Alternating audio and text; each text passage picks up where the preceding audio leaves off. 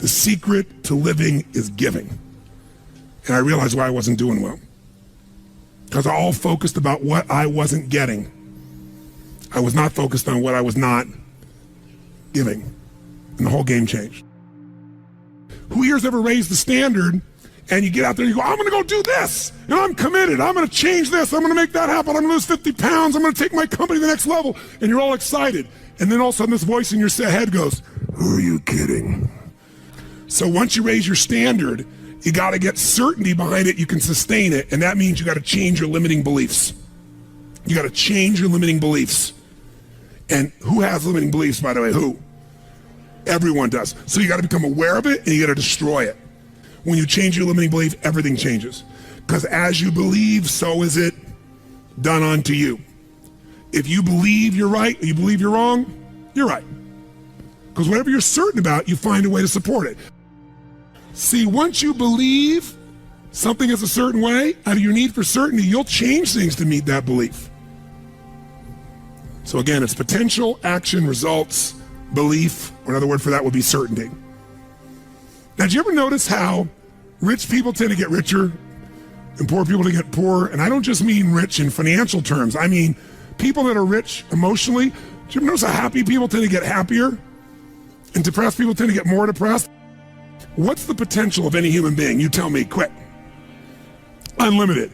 Do most people's results reflect that true potential? Yes or no? No way. Why? Because most people aren't taking enough what? But is it possible to take a lot of action and still get lousy results?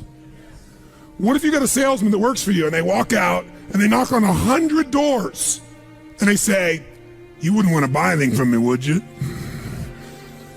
Or they don't say that verbally, but they say it non-verbally. Is that going to affect their results? Yes or no? So it's not enough even to take enough action, because when we believe it's not going to work or we're uncertain, does that affect how much of our potential we tap? Yes or no? See, if you don't think it's going to work, you're not going to put out a bunch of your energy when you think it's going to fail. And by the way, when you're not sure, you tap little potential. Do you take little or a lot of action? When you're not sure, when you think it's not going to work, you take massive action or little action? Now, when you take little potential with little action, what kind of results do you get? Little lousy results. And when you get lousy results, what does that do to your belief?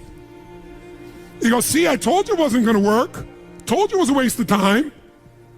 And then, by the way, when you have less belief, how much more potential do you take? More or less? If it's possible, you tap less potential, more or less action. Less. And what happens to your results? They get even what? And now they got worse results. What's that do to your belief? And by the way, now you see the current economy. Isn't it true? Everybody out there is going, oh my God, the results are so bad, it's going to get worse in the future.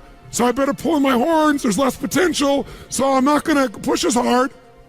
I'm not gonna take much action. Oh my God, I'm getting lousy results with little potential of action. Oh my God, it's gonna get worse. That's what creates a recession, depression, whatever you wanna call it. How do you change that? By the way, can it work the opposite direction? What would happen if something inside you gave you so much certainty inside of you that you felt absolutely certain that recession was your friend? That the worst economy for you was the greatest time on earth, that all you had to do was manage your state and apply your fundamentals and immerse, stay coached so you don't get off target, keep taking action, and you could own your business and you go to other people's businesses. When you have that kind of certainty, are you going to use more of your potential when you go home or less? Which one, my friends? Are you going to take less or more action? When you are certain and you use lots of your potential with massive action, what kind of results do you get? Massive action gets massive results. What kind of belief do you get now when you get better results? You go home, you use your core story. You go home and you take one of these techniques, you get a different response. You go home and you stimulate a new source of profit or income. You go home and you add a service. You go home and do anything. And it works. Your brain goes, yeah, it works. Now, by the way, at Home X, we went in there. Thank God we went in there, because they took our stuff and it looked like it wasn't working. Do you remember that? Because some people there didn't want the change to happen. So we had to dig in and find out it was working. We knew you can't take action. You can't sow that seed and reap nothing. So we uncovered what was really going on. You're going to have to watch for the same thing, depending upon the size of your organization. But bottom line, when you get great results, belief gets stronger. Now you're totally certain. Are you going to use more or less potential, my friends? Which one? More. You're going to take even more what? Get an even greater what? Even more certainty. And now what happens to your business? Boom, boom, boom, boom, boom, boom, boom. And now you have a different momentum. And so your economy does not have to reflect the economy. You get to create your economy. You get to decide whether you freeze to death or ski or snowboard. It's winter, but you can have the best time of your life. It could be a sunny, beautiful, magical time. But what you got to do is you got to manage this process. In order to do it, you got to change your limiting beliefs. And this week has been about doing that by giving you so many tools and examples that you'd be immersed. But I promise you when you go home, all this is going to be tested. A, because all the stuff that's waiting for you after being gone for 5 days. B, all the people there you work with, their limiting beliefs, whether you have one employee or two because you're an army of one or two people, or whether you got 10,000. And so you have to be able to implement. This, by the way, is, I'm not here to sell you, bring us in if we can help. Do you think we could help? Yes or no? Yes or no? Bring us in and we'll do it. Or get your team together and find a way to make sure this momentum goes in the right direction. Make sense? This is the must. If you have this high standard, but you don't really believe because the momentum's in the wrong direction, having the tools will be worthless. That's where certainty, that's where everything else we teach, that's what I do in my events, that's where you guys have been there before, that's what you got to bring to the table.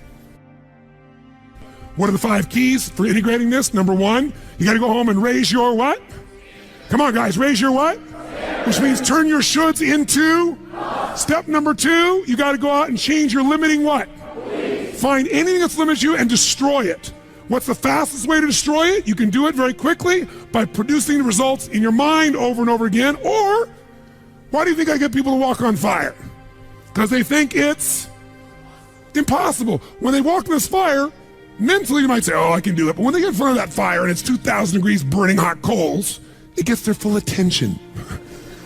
And suddenly they have a state change. And when you get yourself in a state where you can storm through fire, it's not about fire walking.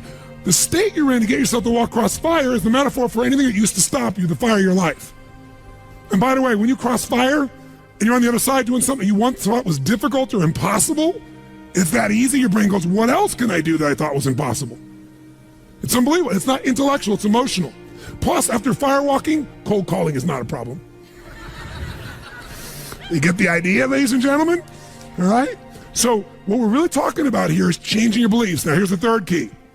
If you're going to get maximum results, you got to model what works. We brought you for 5 days and nights here, models of what works. Go back and get them. Now, here's where the challenge is. How many got tons to do in your normal list of things to do when you go home? How many got a lot to do? Say aye. How many have a lot of outcomes you got to go after? Say aye. How many have the same amount of time you had before? Say aye. So in your business, if you need something to get done, you get it done because it's an absolute what? Or you hire someone to get it done. Hire us, hire someone else, get somebody inside. But are these things you're going home with musts or shoulds? Which one? Do whatever it takes. You say, I don't have the money. You don't have the money not to. Forget us. Hire somebody as an individual who knows what they're doing and put them in there. Leverage yourself. The only way you're going to get the game bigger is by taking a little bit of what, my friends? Risk, but that means get yourself some resources. Be resourceful enough to get the resources. What's great about this? What is this opening? What is this creating? What's possible? What have I not seen? This is going to make me see. What have I learned from this? What can I learn from this? What am I willing to do to still have it the way I want it? That's the 4th step. You intensify, and you innovate. And then there's the final 5th step. And that 5th step's really simple, my friends. And that is step up and give. Step up and give more than anyone else could possibly expect. The ultimate transformation happens when you stop trying to get and you start to give. Whenever you're at your best, you're giving. I remember so vividly driving in my car, my Volkswagen Bug, and I was struggling, and I was 19 years old. I was driving on a freeway in San Gabriel Valley, the 210 freeway, I'll never forget.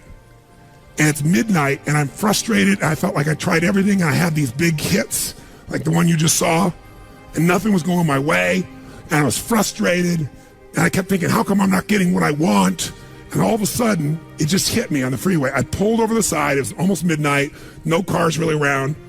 Grabbed my journal and I wrote, and I still have the journal to this day from when I was 19 years old. Full page. And I wrote, "The secret to living is giving." And I realized why I wasn't doing well. Because I all focused about what I wasn't getting. I was not focused on what I was not giving. And the whole game changed.